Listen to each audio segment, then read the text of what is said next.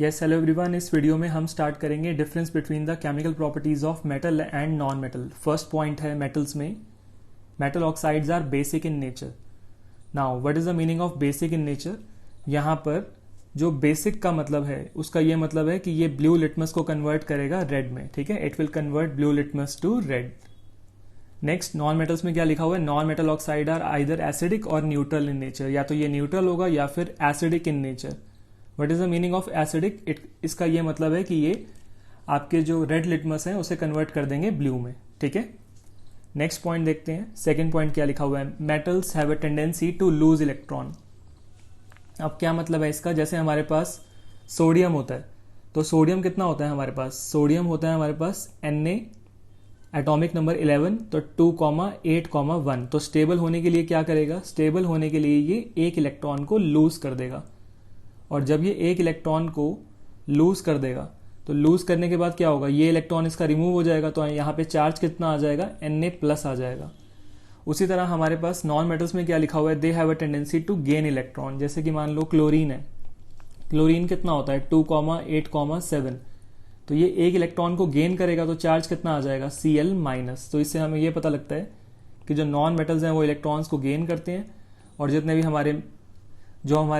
हमारे मेटल्स हैं वो इलेक्ट्रॉन को लूज करते हैं। ठीक है, मेटल्स लूज करेंगे इलेक्ट्रॉन को और नॉन मेटल्स गेन करेंगे इलेक्ट्रॉन को। थर्ड पॉइंट में क्या लिखा हुआ है?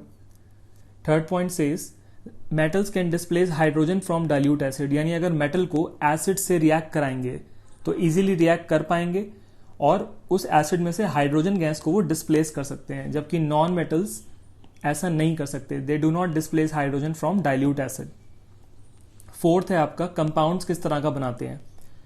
देखो, मेटल और नॉन मेटल दोनों मिलकर बनाते हैं आयोनिक कंपाउंड। तो फोर्थ पॉइंट में क्या लिखा हुआ है? They form ionic chloride with chlorine. इसका यह मतलब है कि मेटल्स अगर क्लोरीन के साथ रिएक्ट करेंगे, क्लोरीन क्या है? Non metal. इसका यह मतलब है कि मेटल्स आपके कंबाइन हो सकते हैं नॉन मेटल के साथ और किस तरह का कंपाउंड बनाएंगे? आयोनिक कंपाउंड बना सकते हैं ये। सो आयोनिक कंपाउंड किसके साथ बनता है? Between a metal and a non metal. Clear हो गया आपको? उसी तरह अगर हम बात करें अब उस वाले पॉइंट में क्या लिखा हुआ है आपके पास, जो नॉन मेटल्स में है वहां पे लिखा हुआ है they form covalent chloride with chlorine. इसका यह मतलब है नॉन मेटल अगर दूसरे ही नॉन मेटल के साथ रिएक्ट कराएगा, इट मीन्स अगर नॉन मेटल के साथ ही रिएक्ट कर पाएगा तो उस तरह के कंपाउंड्स को हम क्या बोलते हैं? उसे हम बोलेंगे कोवेलेंट कंपाउंड। क्लियर हो गया?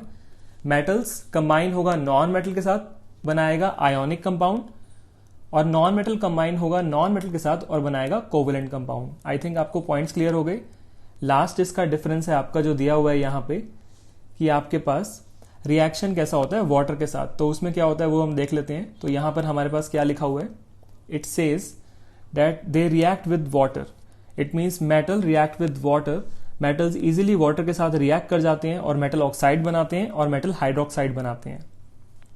मेटल हाइड्रोक्साइड और मेटल ऑक्साइड बनाएंगे। ठीक है, अब मेटल हाइड्रोक्साइड में जैसे कि KOH हो गया या फिर NaOH हो गया, इस तरह के हमारे पास बनेंगे।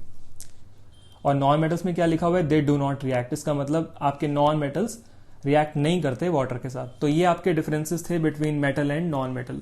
ठीक है, आई थिंक आपको सारे डिफरेंसेस क्लियर हो गए होंगे। वीडियो को लाइक कर सकते हो, शेयर कर सकते हो, चैनल को सब्सक्राइब कर देना। Thank you.